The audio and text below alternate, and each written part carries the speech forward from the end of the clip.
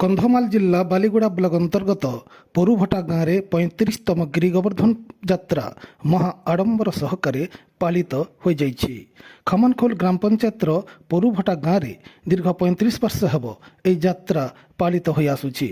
चलित वर्ष गिरी गोवर्धन पूजा यात्रा कमिटी पक्षर बहु आडंबर सहकारे पालित होता बेले 2 दिन हेब यात्रा मेला लगी रही।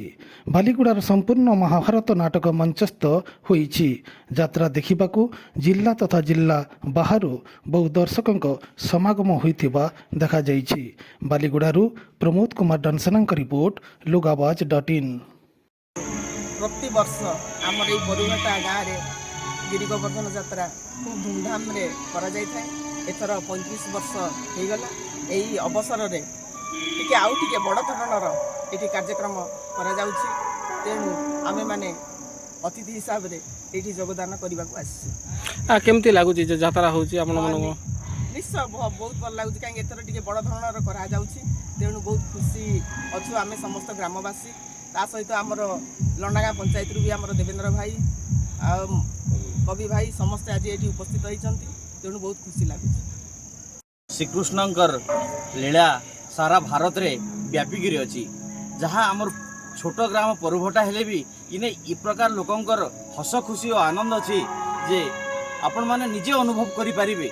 ये गोटे सुंदर परिवेश जंगल भितरे हम ठाकुर श्रीकृष्णकर लीला को समस्ते ग्रामवासी मर्मे मर्मे बुझिछंती जे प्रकृत कृष्णकर आज दिन में क्यों भाव में से गोपी मान को उद्धार करथिले सेही निर्दर्शन आज पोरुभटा गाँव भी आम देखा मिलूँ कि आखि दृष्टि उन्नति हो पारनी जो मंदिर हो कि आपंकर कार्यक्रम होली किसी उन्नति परिलक्षित होना कौन कह से भाया उन्नति परिलक्षित होना दीर्घ दिन है तो एक छत्रवाद शासन चली आम आशा करूँ जे वर्तमान परिवर्तन होती किसी उन्नति हम बोली आशा आम रखीचु। ग्रामवासी भी अनेक आशा अच्छी।